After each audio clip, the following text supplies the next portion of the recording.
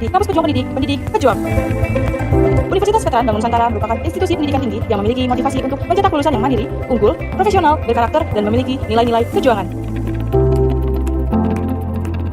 Saya, Rektor Universitas Veteran Bangun Nusantara, Profesor Dr. Farida Nugrahani, Magister Humaniora. Misi Universitas Veteran Bangun Nusantara adalah terwujudnya universitas yang unggul, berkarakter, mandiri, dan memiliki nilai-nilai kejuangan. Unimed, bisa, Unimed, jaya, Unimed, unggul, luar biasa. Kampus Universitas Veteran Bangun Nusantara terdiri dari 6 fakultas unggulan dan 1 program pascasarjana. Univet Bantara memiliki peringkat ke-97 antar perguruan tinggi se-Indonesia, dilansir melalui website Edulab.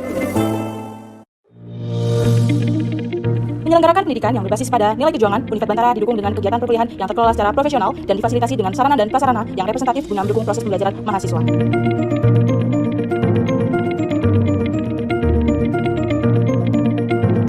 Univet Bantara secara intens melaksanakan penelitian guna menunjang pengembangan iptek dan sosial budaya sekaligus sebagai wadah untuk memberikan kompetensi serta keahlian khusus untuk mahasiswa dalam menyongsong masa depan yang penuh dengan tantangan.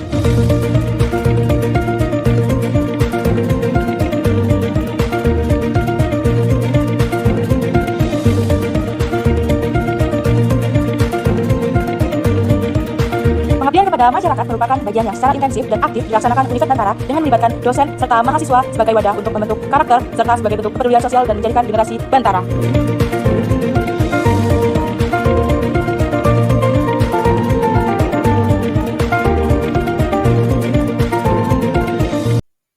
Assalamualaikum warahmatullahi wabarakatuh. Perkenalkan, nama saya Septia Nur Asih, mahasiswa PPG Prajabatan Gelombang 2 tahun 2024, Universitas Veteran Bangun Nusantara, Sukoharjo, akan memaparkan seminar pendidikan profesi guru dengan dosen pembimbing DRA Triwiharti MSI. Berikut ini adalah pemaparannya. Sebelum memasuki inti pembahasan seminar, izinkan saya memaparkan biodata diri secara singkat.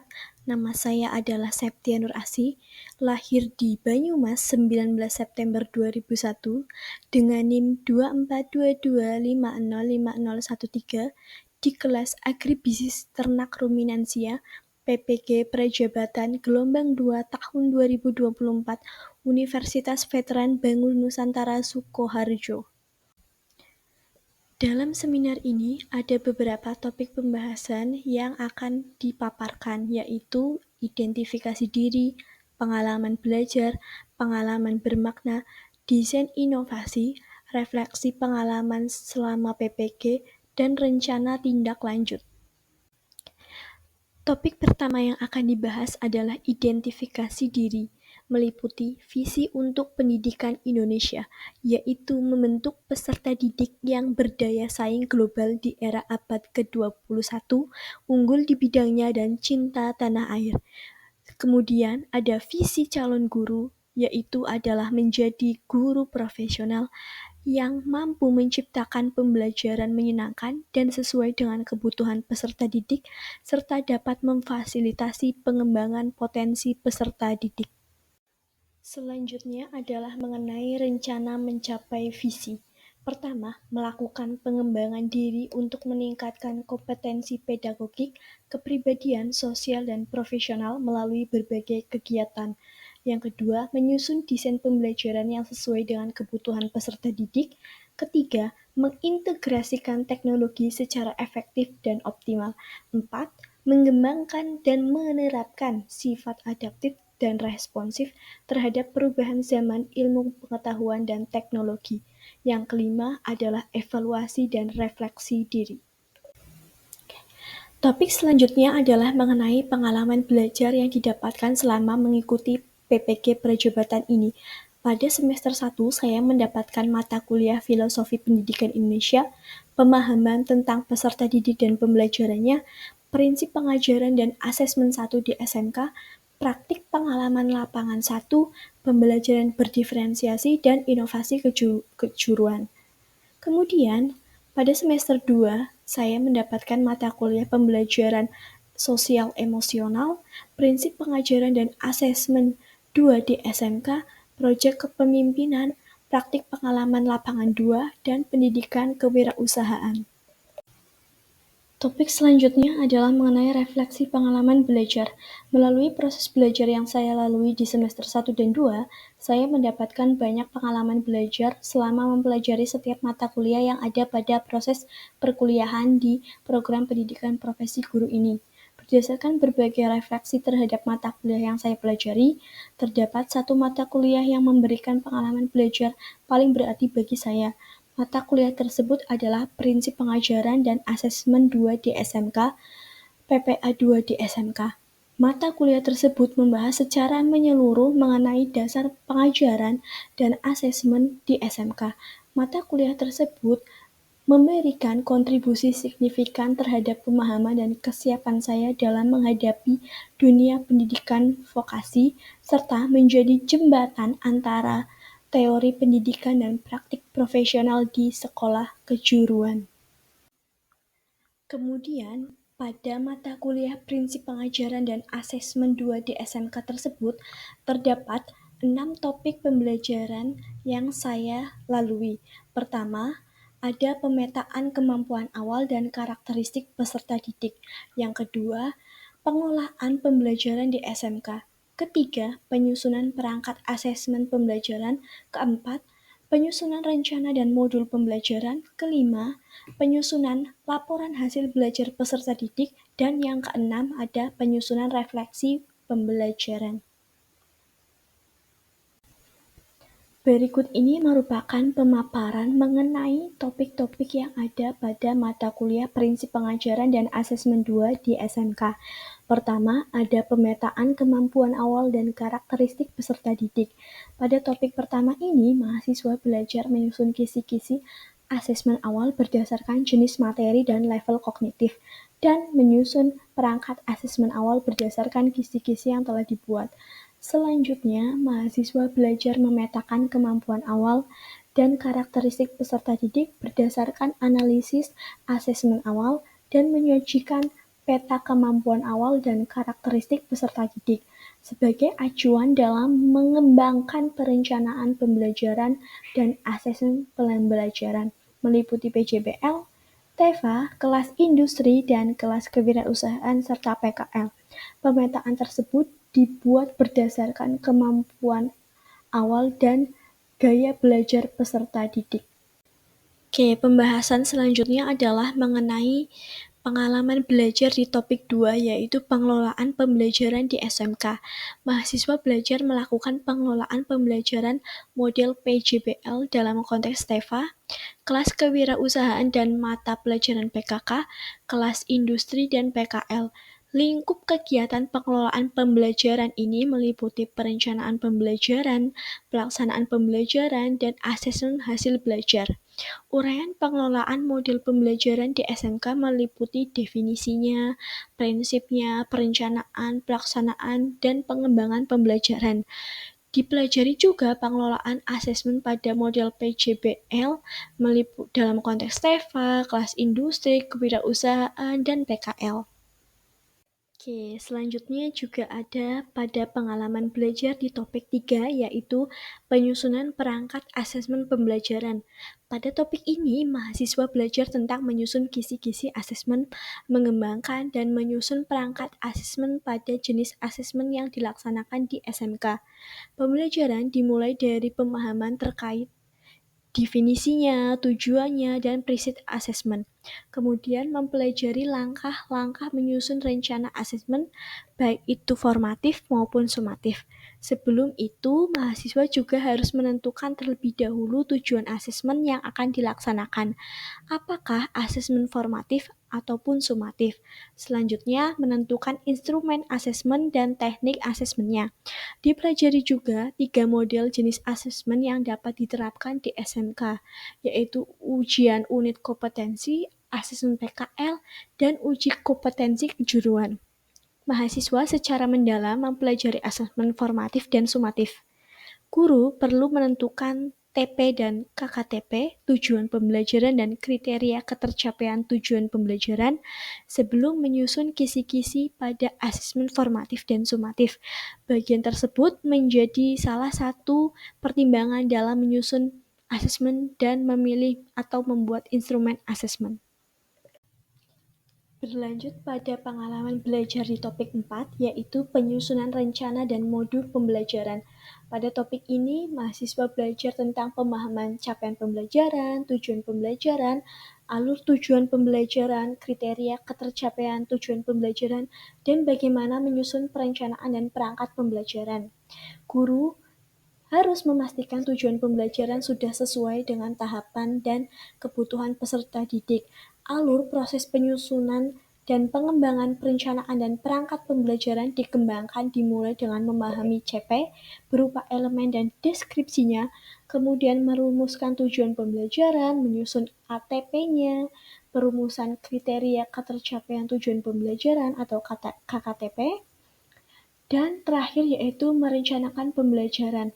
Rencana pembelajaran disusun berdasarkan alur tujuan pembelajaran yang digunakan guru sehingga bentuknya lebih rinci dibandingkan dengan ATP. Dipelajari juga tentang modul ajar mulai dari kerangkanya hingga informasi seperti asesmen, langkah pembelajaran, media pembelajaran, dan kelengkapan lainnya yang diperlukan. Pada topik ini, mahasiswa belajar secara menyeluruh mengenai penyusunan rencana dan modul pembelajaran khususnya di SMK. Oke, kemudian ada pengalaman belajar di topik 5, yaitu penyusunan laporan hasil belajar peserta didik.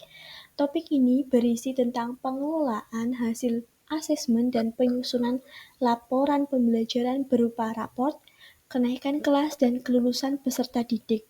Pengelolaan hasil asesmen dilakukan dengan menganalisis secara kuantitatif atau kualitatif terhadap hasil asesmen. Setelah dikelola tadi, baik asesmen formatif dan sumatif, guru membuat laporan hasil belajar. Pelaporan hasil asesmen atau asesmen ini dituangkan dalam bentuk laporan kemajuan belajar berupa laporan hasil belajar berdasarkan pengelolaan hasil asesmen sumatif maupun formatif atau lainnya. Kemudian, laporan hasil belajar paling sedikit memberikan informasi mengenai pencapaian hasil belajar peserta didik berupa nilai kuantitatif dan deskripsi setiap capaian peserta didik. Oke, kemudian ada pengalaman belajar pada topik 6, yaitu penyusunan refleksi pembelajaran. Pada topik ini, mahasiswa belajar merumuskan refleksi dan rencana tindak lanjutnya. Pertama, refleksi sebagai mahasiswa dalam mengikuti pembelajaran. Mahasiswa melakukan refleksi yang dengan perannya sebagai mahasiswa yang sedang belajar dan mahasiswa yang sedang melaksanakan proses pembelajaran melalui PPL 2 di SMK. Kemudian, mahasiswa mempelajari refleksi sebagai guru dalam proses pembelajaran. Ditekankan bahwa refleksi menjadi sarana untuk memenuhi keluasan serta kedalaman pengetahuan sebagai guru profesional. Mahasiswa mempelajari cara melakukan refleksi diri bagi guru seperti menggunakan buku harian belajar, kemudian refleksi dalam melakukan asesmen, dan cara lainnya. Berlanjut pada topik selanjutnya, yaitu mengenai pengalaman belajar paling bermakna. Pengalaman belajar paling bermakna pada mata kuliah prinsip pengajaran dan asesmen 2 di SMK adalah pada topik 6, penyusunan refleksi pembelajaran. Pepatah menyatakan bahwa belum belajar jika belum refleksi. Pepatah ini menekankan bahwa pemahaman mendalam dan pertumbuhan terjadi melalui analisis yang mendalam terhadap pengalaman yang telah dialami, bukan hanya sekedar mengalami. Pada topik 6, mahasiswa belajar menyusun refleksi pembelajaran dan rencana tindak lanjutnya.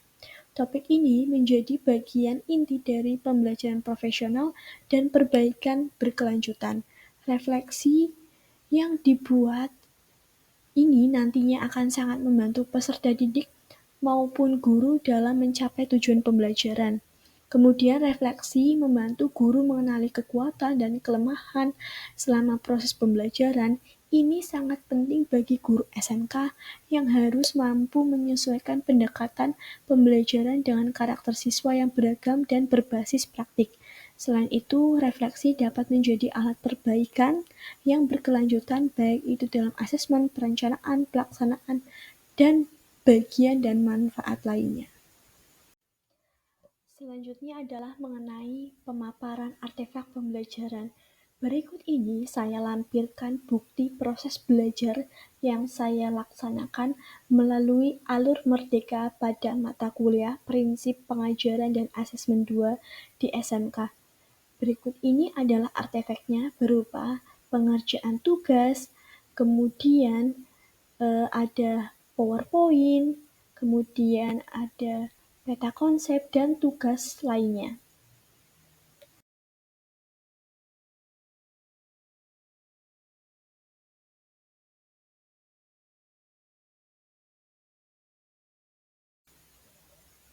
Topik selanjutnya adalah mengenai desain inovasi pembelajaran dengan judul Inovasi Refleksi Multiplatform, Integrasi Google Form, Mading Refleksi, dan Padlet untuk Pembelajaran Bermakna. Inovasi ini saya buat sehubungan dengan topik 6 yaitu penyusunan refleksi dan rencana tindak lanjut sebagai topik paling bermakna yang saya pilih. Latar belakang saya membuat inovasi ini adalah karena dalam praktik di lapangan saat mengajar, kegiatan refleksi seringkali dikesampingkan dan hanya dilakukan secara lisan dan kurang terdokumentasi. Padahal, refleksi yang sistematif dan terstruktur dapat menjadi alat penting bagi guru untuk mengevaluasi proses pembelajaran dan melakukan perbaikan. Di sisi lain, peserta didik juga memperoleh manfaat berupa peningkatan keterampilan metakognitif, berpikir kritis, dan penguasaan rasa tanggung jawab terhadap pembelajarannya. Melihat dari latar belakang tadi, upaya untuk menjawab tantangan tersebut adalah dengan melakukan inovasi dalam pelaksanaan refleksi pembelajaran yang menarik, mudah diakses dan sesuai dengan karakteristik peserta didik di SMK yang dekat dengan teknologi dan visual. Salah satu bentuk inovasi tersebut adalah menggunakan media digital dan visual seperti Google Form, Padlet, dan Mading Refleksi. Harapannya dengan refleksi yang dilakukan secara rutin dan inovatif ini, guru dan peserta didik dapat bersama-sama membangun proses pembelajaran yang lebih adaptif, partisipatif, dan berorientasi pada perbaikan berkelanjutan.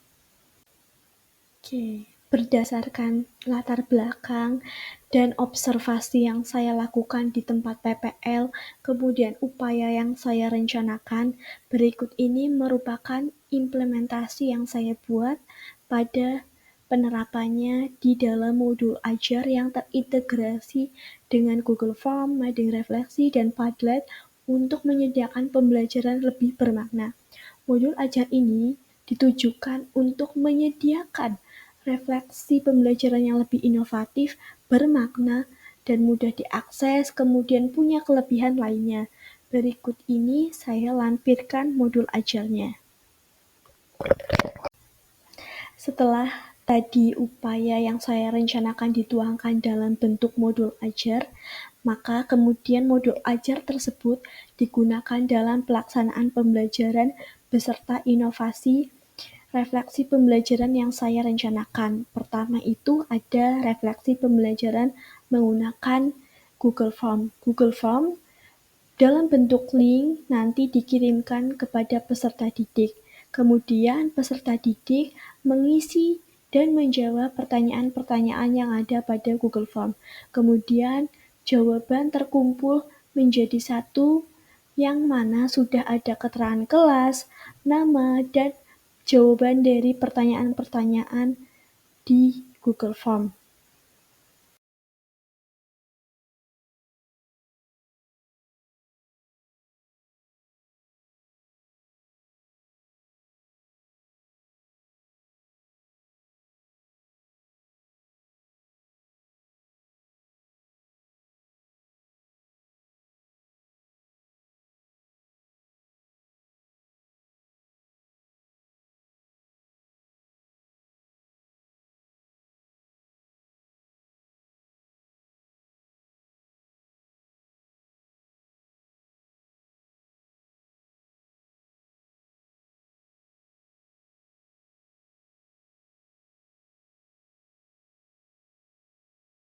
Oke, inovasi yang kedua adalah refleksi pembelajaran menggunakan Padlet.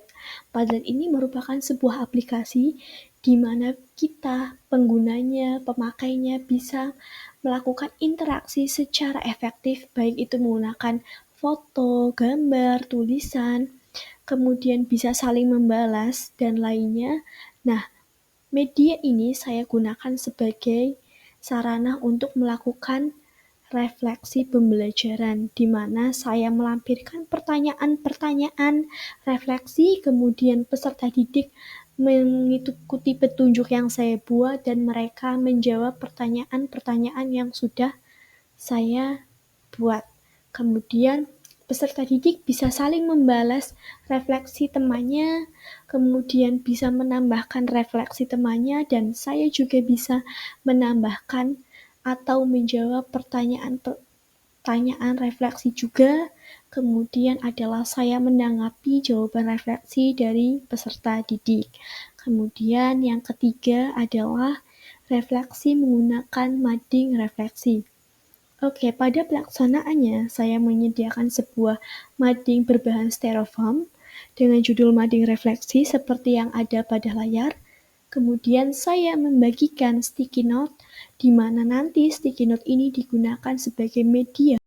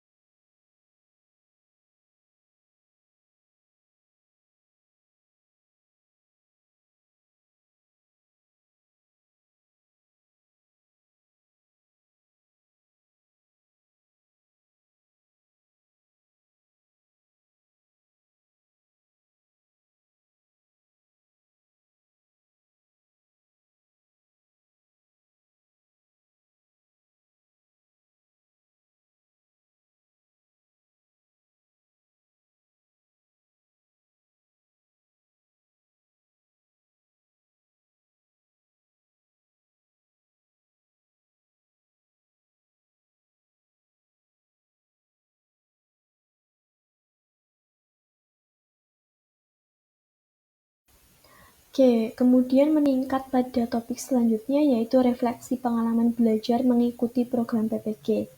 Setelah mengikuti serangkaian refleksi pengalaman belajar pada mata kuliah seminar PPG, saya menyadari bahwa pendidikan di Indonesia seharusnya lebih menekankan pada pengembangan karakter, keterampilan abad 21, dan pembelajaran yang berpusat pada peserta didik.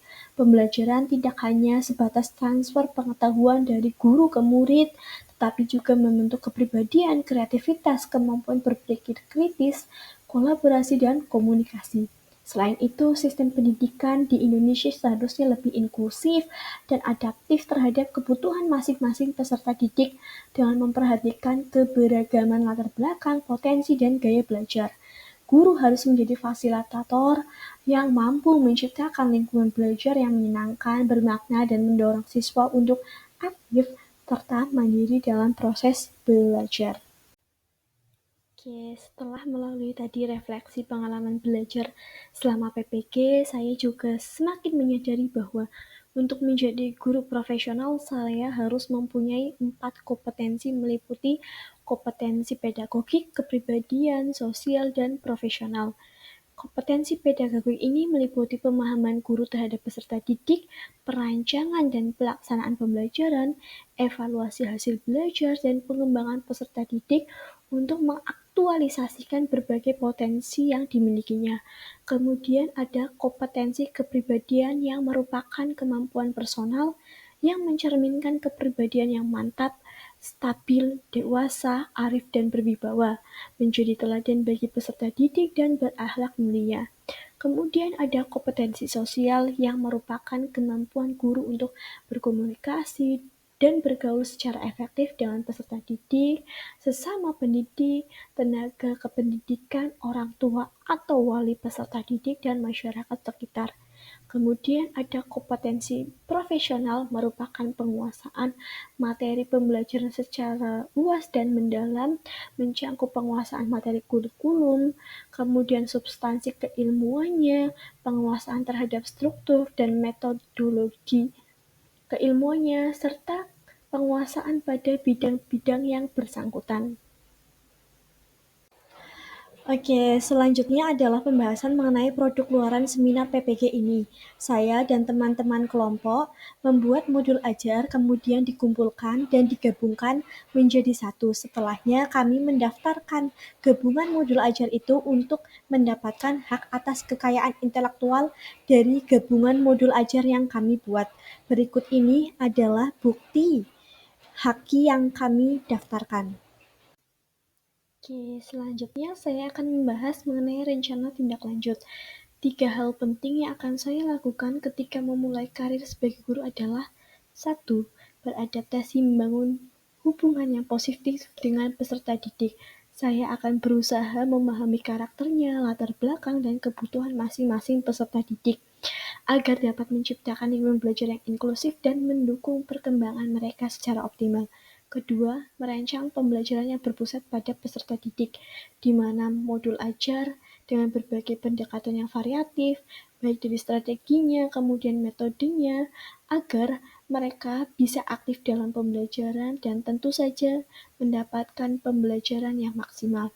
Ketiga adalah terus belajar dan meningkatkan kompetensi diri baik melalui pelatihan, diskusi profesional, aktif dalam komunitas guru untuk memperkaya wawasan dan memperbaiki proses mengajar yang saya lakukan secara berkelanjutan.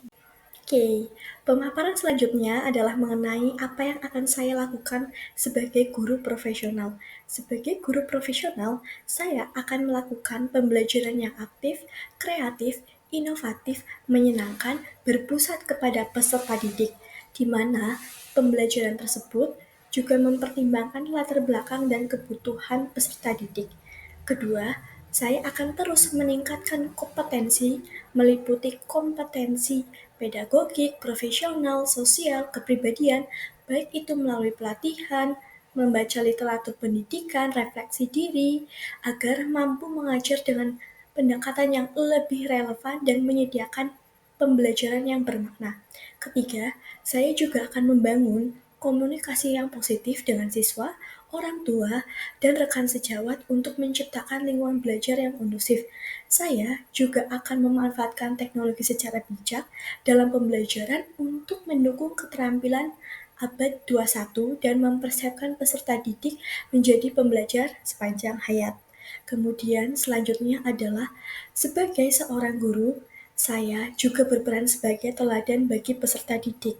Oleh karena itu, saya akan berusaha menunjukkan sikap dan perilaku yang positif, menanamkan nilai-nilai seperti kerja keras, kerjasama, integritas, kolaborasi, dan lainnya.